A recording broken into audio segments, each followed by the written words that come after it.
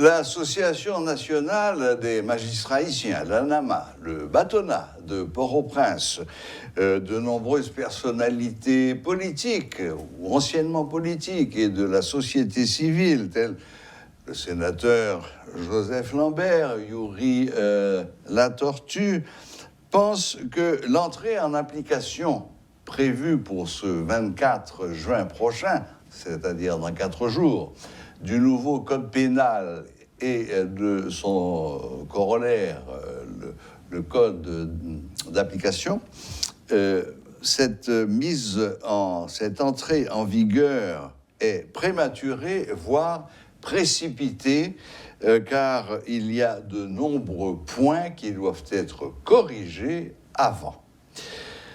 Mon invité de ce soir est l'ancien député de Thomazeau. Il est actuellement membre du Parlement international pour la tolérance et la paix. Quand il était député à l'Assemblée, il a été membre de la commission judiciaire et il est aussi, en même temps, et c'est lui que nous allons inviter ce soir, professeur de droit pénal. C'est dire que nous sommes en plein dans son domaine. J'ai cité le député Price Cyprien. Bonsoir. Je ne sais pas s'il faut dire monsieur le membre ou monsieur le député. Le professeur. Monsieur le professeur. C'est le professeur oui, qui est c'est là. le professeur qui est là ce soir. Oui. Bonsoir, professeur. Bonsoir, Bienvenue Serge. à Métro News. C'est un plaisir pour moi de revenir sur le plateau de Métro News, sur un sujet brûlant, un sujet d'actualité. Et je pense que nous allons pouvoir en discuter et voir comment éclairer la lanterne de plus d'un. Oui. Et voir comment on va aborder cette question finalement. Oui, parce que l'essentiel pour nous ce soir, et on en était convenu, c'était de faire comprendre finalement à nos téléspectateurs pourquoi il y avait cette levée de bouclier contre l'entrée en vigueur de ce nouveau code pénal, là, dans 4 jours. C'est pas simplement pour ennuyer le gouvernement, il y a des raisons fondamentales, et c'est ce que nous allons essayer de découvrir. Peut-être commençons par le commencement. En 2 mots, c'est quoi un code pénal? En principe, le code pénal, c'est un instrument juridique qui est là pour réglementer tout ce qui paraît anormal comme comportement anormal dans la société.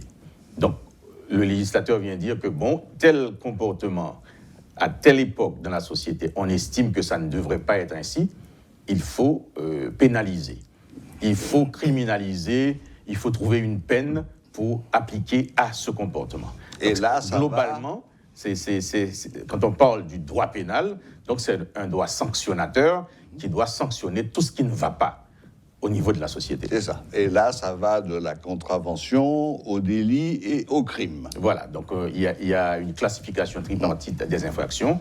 Les contraventions qui relèvent des tribunaux de paix, du juge de paix en ses attributions de simple police, les délits qui relèvent du tribunal correctionnel, et enfin les crimes du tribunal criminel. C'est pour cela qu'assez souvent, chaque été, on vous parle des assises criminelles. Voilà. Donc, on va juger ceux qui ont commis des crimes au niveau de la société. Très bien, très bien. De quand date le code pénal qui est actuellement en vigueur en Haïti? Bon, le problème de ce code pénal est à la fois simple et complexe. En principe, en matière pénale, le droit pénal reflète ce qui ne va pas au niveau des us et coutumes dans la société, ce qui ne va pas dans la société. Donc, ce qui voudrait dire que le droit étant dynamique, on pourrait, au fil du temps, à chaque époque, chaque année, augmenter, si vous voulez, le code pénal, augmenter la législation qui doit faire face aux dérives de la société. Notre code pénal a été voté en 1835, ça fait déjà environ 187 ans. Donc, ce qui veut dire que il est normal qu'il y ait un nouveau code pénal pour régir les nouveaux comportements criminels en Haïti. Donc, c'est normal. 1835. 187 ans. Nous sommes là, nous vivons sous l'égide d'une code loi de 1835. qui date de 1835. Bon, n'empêche qu'il y ait de temps à autre des interventions du législateur pour porter certains correctifs Ou des au amendements. niveau de la loi. Il y a des amendements, il y a Pour la de nouvelles lois. Constitution américaine. Voilà, il y a de nouvelles lois, mais le législateur haïtien n'a vraiment pas pris soin de faire une intervention majeure sur le code pénal, ce qui explique que maintenant, c'est tollé qu'on a sur le nouveau code pénal qui a été rédigé par des commissions, parce que c'est un code, on travaille sur ce code-là depuis 2012, je crois, et finalement, le code pénal et le code de procédure pénale qui doit remplacer le code d'instruction criminelle. Ces instruments ont été déposés au Parlement, mais malheureusement, la 50e législature n'a pas eu le temps de se prononcer là-dessus. Et au final, c'est sorti sous forme de décret par l'exécutif le 24 juin 2020.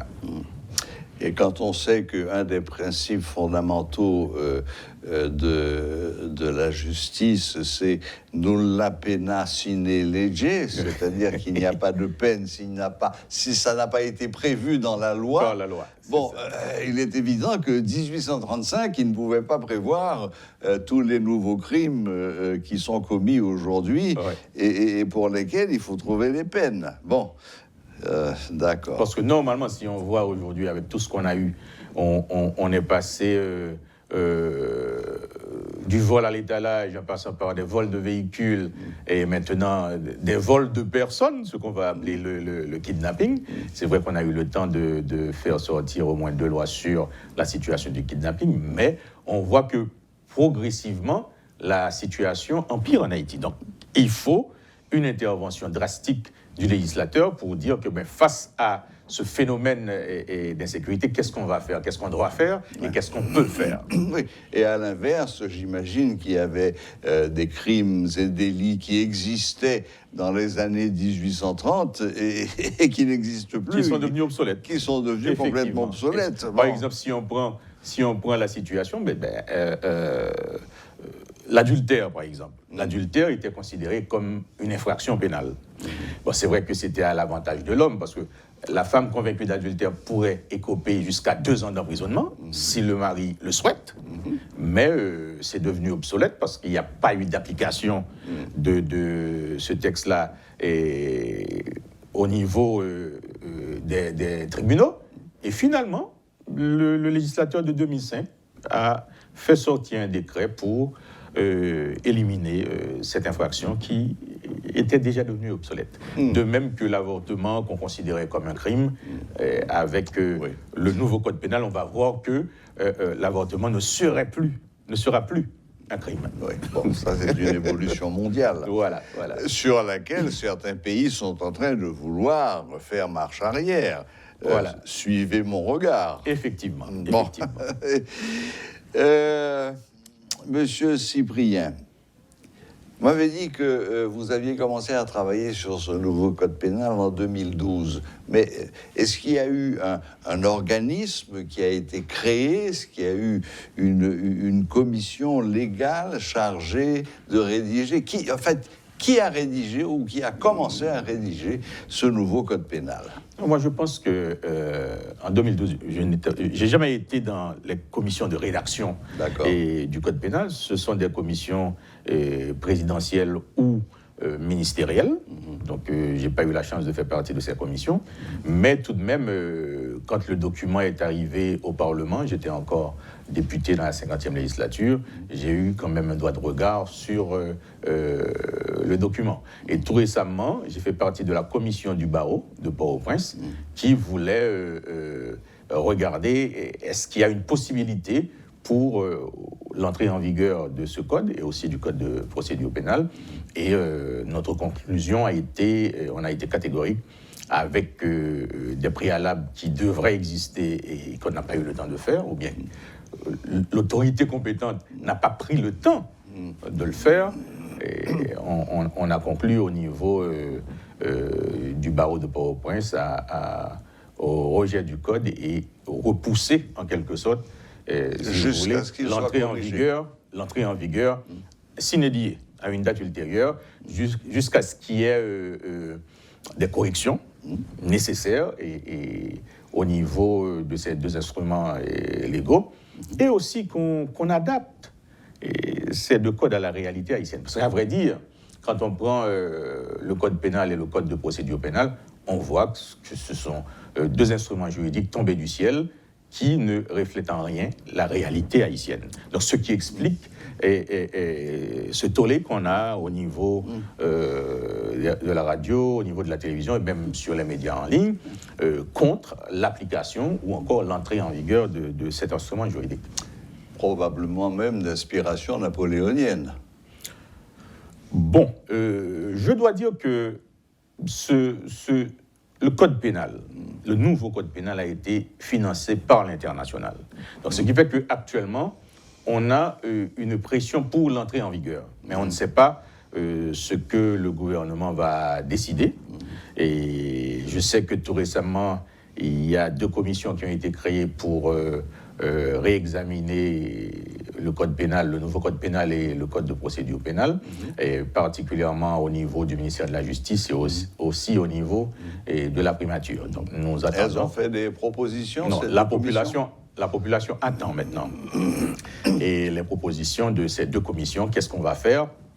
Est-ce que d'ici le 24 juin, on va avoir un report de l'entrée en vigueur du nouveau code pénal et du code de procédure pénale qui va remplacer le code d'instruction criminelle qui est aussi vieux que le code pénal? Donc on ne sait pas, on est dans l'attente. Mais toutefois, ce qu'on peut dire, c'est vrai que au niveau du code pénal et au niveau du code de procédure pénale, il y a pas mal de choses qui ne correspondent pas à notre réalité de peuple.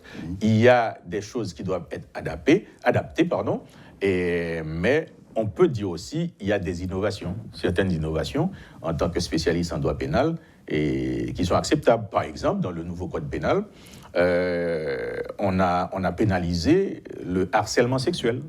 Ah, on l'a pénalisé. Et il y a aussi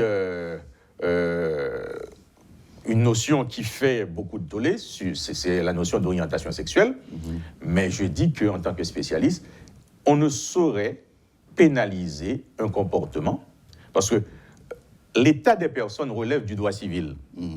Si tu ne viens pas déterminer qu'il y a différents types de personnes, différentes catégories de personnes, tu ne peux pas commencer par pénaliser avant de dire quels sont les différents types de personnes. Par exemple, nous savons que dans le temps, on avait en matière civile et en matière d'état des personnes, on avait toujours les hommes et les femmes. Oui. Mais de nos jours, avec la question d'orientation sexuelle, il faut prendre en compte les minorités. On doit prendre en compte les transgenres. Mais si au civil, le législateur n'a pas eu le temps de légiférer sur les diverses autres catégories de personnes qu'il y a, on ne peut pas me dire qu'on va commencer par la pénalisation des comportements.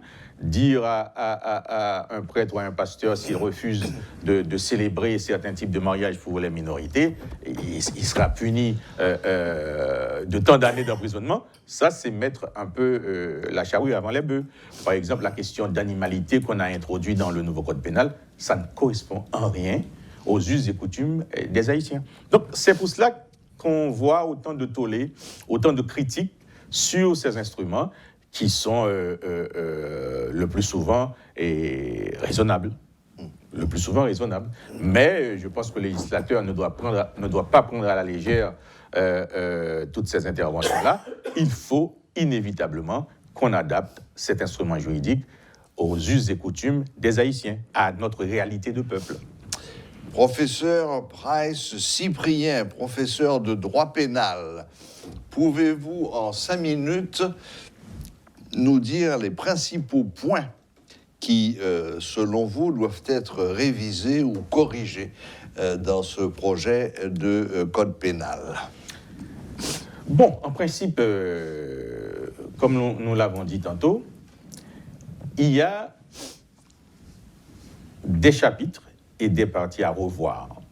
Par exemple, si on prend la question sur l'orientation sexuelle, moi je dirais aux législateurs d'aller corriger ces cahiers d'abord au civil, aller dans le code civil, dire que voilà les diverses catégories de personnes qu'on reconnaît actuellement avec l'évolution de la situation. Et maintenant, on va dire que bon, s'il y a un problème au niveau des comportements de ces catégories de personnes, voilà comment on va les pénaliser. Ça, c'est un premier point. Ensuite, on voit qu'on a tendance, dans le nouveau code pénal, à élargir la question de la majorité sexuelle. Bon, c'est une question, par exemple, on sait que dans le temps, il y avait une interdiction pour les neveux, les nièces, les oncles et tantes de se mettre ensemble, mais on a comme l'impression que le nouveau code pénal veut élargir le cercle. C'est comme si maintenant, l'oncle peut sortir avec sa nièce, etc. Donc ça, ce sont des choses à corriger dans le nouveau code pénal. La notion d'animalité est une notion vraiment à enlever du code, parce que ça ne fait pas partie de la culture de l'haïtien. Il faut repenser... Qu'est-ce que vous entendez par l'animalité? Par exemple, si on prend l'article 301 du code pénal qui punit quelqu'un qui entre en relation avec un animal. Ah, ok, d'accord. Ça, très bien. Franchement, c'est pratiquement du jamais vu en Haïti. Ou du moins, on peut trouver ça dans les maisons closes, dans des maisons vraiment réservées. On l'a vu à l'époque où les troupes de la MINUSTAH étaient en Haïti et où certaines nationalités, disait la rumeur, appréciaient particulièrement les petites biquettes haïtiennes. Bon, ce qui arrive, c'est que ce sont des choses qui existent ailleurs. Ouais, puisque le droit est le reflet de la société. C'est ça. Donc, ne venez pas me dire qu'en Haïti, on doit inciter sur comment... C'est ça encore le problème, la question qu'on se pose en Afrique. En Afrique, il est normal que dans certaines sociétés, qu'on se retrouve devant la mairie ou devant celui qui doit célébrer le mariage avec 2 ou 3, 4 femmes. On peut être soit monogame ou polygame. Ouais. Donc la loi tranche. Ouais. Mais en Haïti, on sait que la loi a tranché vers la monogamie. La monogamie. N'empêche que, bon, on sait qu'il y a des dérives qui existent à ce niveau-là, mais le législateur, je dirais, n'en tient pas compte. Mais maintenant, si on doit venir avec des nouveautés qui n'existent pas, moi je pense qu'il faut quand même attendre au moins 30, 40 ou 50 ans avant que certaines notions qu'on a dans le nouveau code pénal et voient le jour en Haïti, si éventuellement ça pourrait avoir le jour en Haïti. Il y a des sociétés, par exemple, où l'homosexualité est pénalisée. Mais la plupart des sociétés occidentales, c'est permis. Ouais. De même que dans certaines sociétés occidentales, l'animalité est permise. Tu vois? Donc, je ne pense pas que, au jour d'aujourd'hui, à l'heure où l'on parle là, que le nouveau code pénal peut, avec tout ce qu'il y a comme contenu, peut entrer en vigueur. Et si on va un petit peu plus loin, on extrapole sur le code de procédure pénale, dans le code de procédure pénale, où on a créé des peines avec sursis. Vous vous rendez compte si quelqu'un est condamné pour 3 ans d'emprisonnement, dont 2 avec sursis? On le laisse chez lui pendant 2 ans? La question de résidence n'est même pas encore résolue en Haïti. Comment on va retrouver cette personne pour purger la peine? Donc, or, le Code civil, dans ses articles 91 et 92, le Code civil vient dire que la résidence de la personne est son principal établissement. Et si l'haïtien doit changer de lieu, il doit changer de résidence, il doit tout d'abord dire au juge de paix de son lieu de résidence, je laisse cette ville, Et une fois qu'il arrive dans l'autre ville, Déclarer. il va voir le juge de paix de cette ville-là pour déclarer, maintenant, je suis habitant de cette ville. Est-ce que ceci est respecté en Haïti? Non.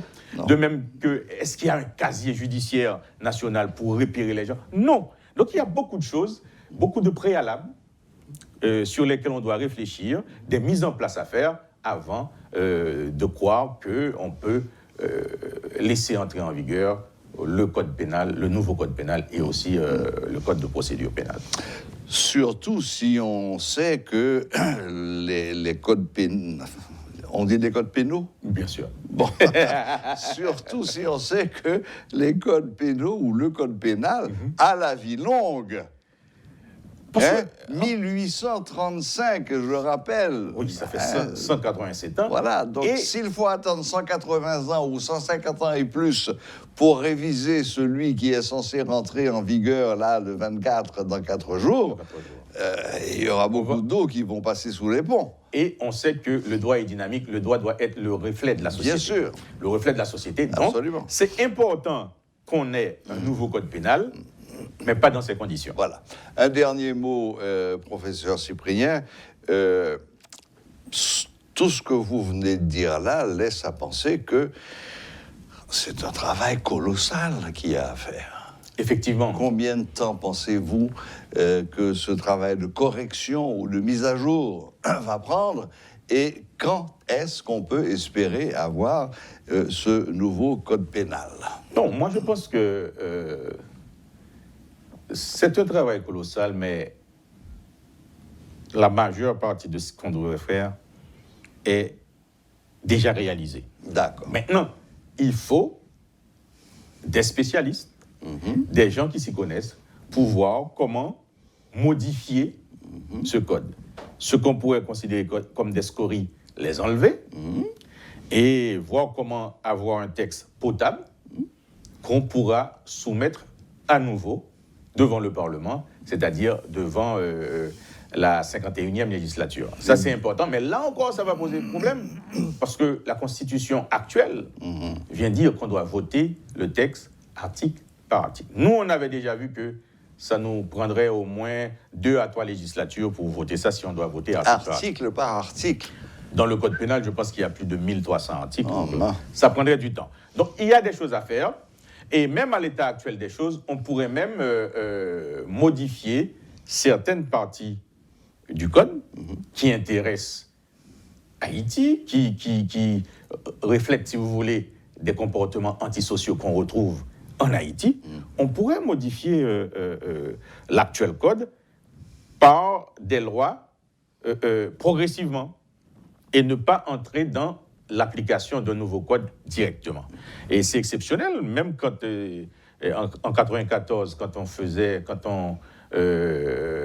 on avait voté les innovations dans le code pénal français, même si on l'a appelé le nouveau code pénal, mais on n'a pas enlevé le texte ancien et mettre du tout au tout et paraître avec un nouveau texte. Donc il y a eu des modifications au niveau de certaines lois se trouvant dans le code pénal. Moi je pense que ce serait bien de suivre cette démarche. Si on estime que maintenant la grande criminalité a pris du chemin, du volume, si vous voulez, dans le pays, il faut se pencher sur la grande criminalité et pénaliser ses comportements de manière drastique, que ce soit le kidnapping, que ce soit l'exécution sommaire des gens à travers les rues. Moi, je pense qu'il y a quelque chose à faire. Et il faut quand même certains spécialistes pour plancher sur la question et donner une solution adéquate aux autorités étatiques. Oserais-je souhaiter, maître Price-Cyprien, que vous soyez le nouveau Robert Badinter haïtien dans justement la refondation de ce code pénal? Bon, moi je pense que il y a une petite erreur, parce que le plus souvent ces choses-là se passent au niveau des spécialistes, au niveau des universités. Si on prend le cas de Robert Badinter, en 1985, il y avait une question d'engagement de la responsabilité de certaines personnes au niveau des accidents de la circulation. Est-ce qu'on va tout remettre sur le dos de l'État, des autorités étatiques? Est-ce qu'on va considérer que les chauffeurs, les conducteurs sont impliqués dans les accidents. Quelle serait leur responsabilité? Et on avait appelé le professeur Robert Badinter, qui a donné un rapport de près d'1 millier de pages sur la situation, ce qui a permis au Parlement français de voter une nouvelle loi sur la responsabilité au niveau des accidents de la circulation. Moi, je pense que de nos jours, il faut repenser les choses en Haïti. Il faut repenser les choses. Tout le monde ne peut pas tout faire.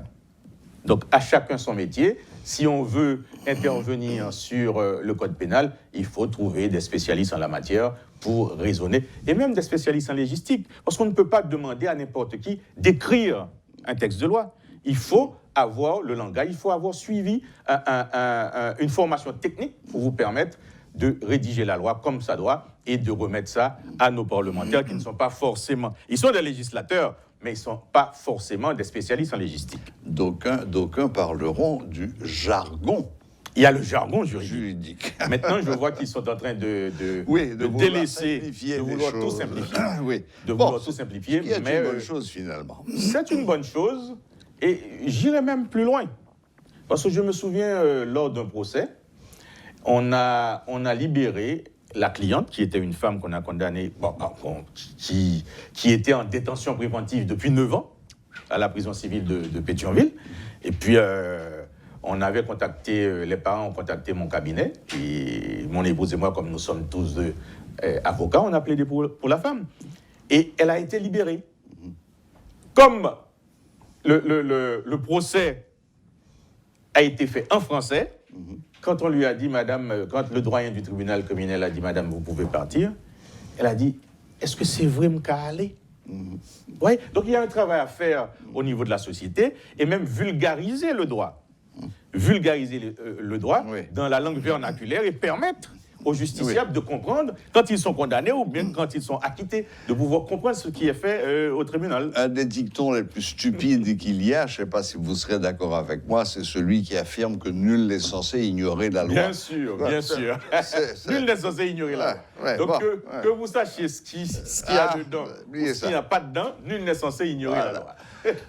Mon cher professeur, merci infiniment d'être venu nous éclairer sur cette question qui fait beaucoup parler d'elle ces jours-ci, de l'entrée en vigueur prévue pour le 24 juin prochain, dans 4 jours, du nouveau code pénal et de toutes les raisons qui font que cette entrée en vigueur n'est pas souhaitable dans l'état actuel des choses. Merci de nous avoir éclairés. Merci d'être venu jusqu'à nous et à la prochaine fois. C'est un plaisir pour moi toujours de venir sur Métropole et de voir dans quelle mesure éclairer la lanterne de nos téléspectateurs et les téléspectatrices. Donc on sera toujours là avec vous. Quand la nation est en danger, quand le besoin se fait sentir, on reviendra sur les plateaux de Métropole. Merci encore, merci professeur Price Cyprien, maître Price Cyprien. Voilà, c'était donc maître, d'abord avocat, professeur Price Cyprien, qui nous faisait rentrer un peu dans les arcanes de ce qu'est le code pénal et de ce qu'il conviendrait de faire pour le rendre applicable le plus rapidement possible.